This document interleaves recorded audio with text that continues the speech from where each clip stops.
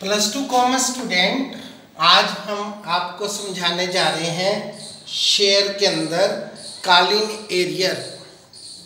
सबसे पहले हमें कॉलिन एरियर का मीनिंग समझ लेना चाहिए कि कॉलिन एरियर किसे कहते हैं।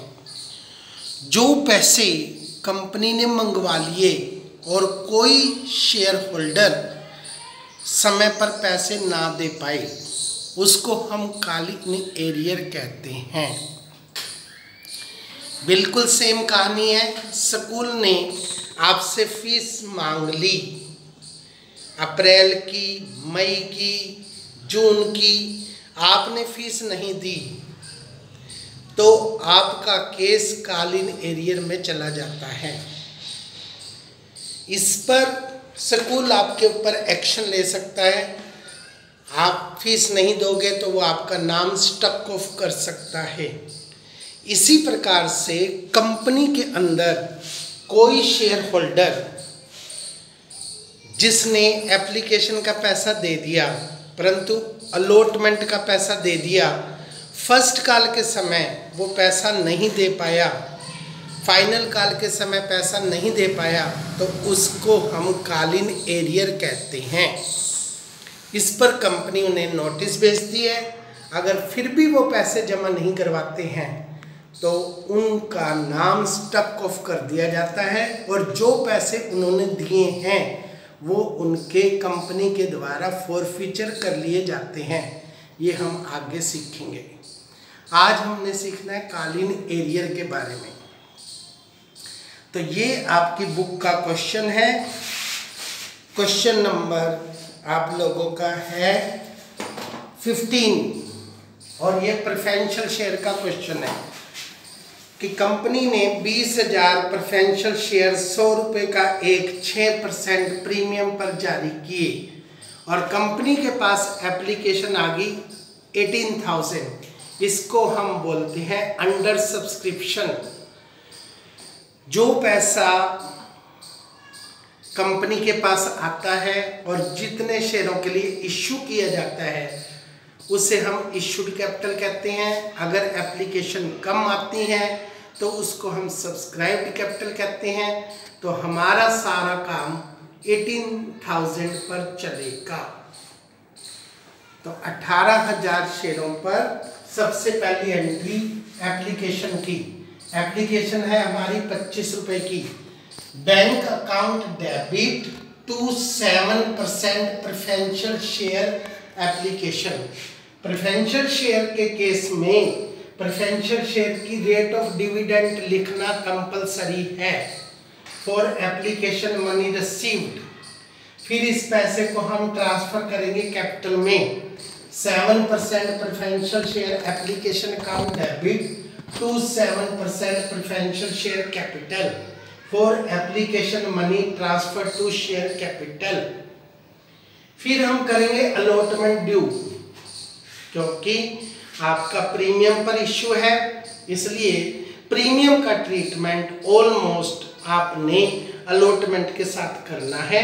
और इसमें तो क्वेश्चन ने कह भी रखा है। तो 7% preferential share allotment account debit 18,000 into 46, 8,28,000 to 7% preferential share capital 18,000 into 40, 7,20,000 to security premium 18,000 into 6, 1,08,000।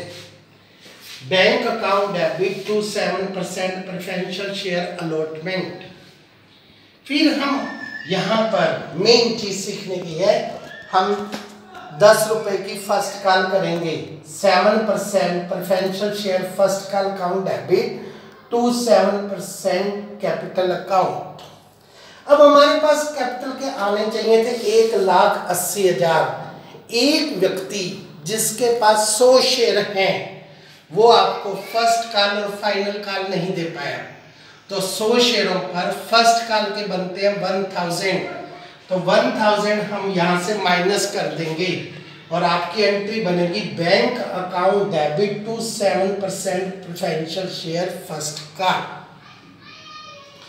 बहुत सारे टीचर बहुत सारी बुक्स में आपको ये एंट्री ऐसे भी दिखाई हुई है, बैंक अकाउंट डेबिट 1,79,000,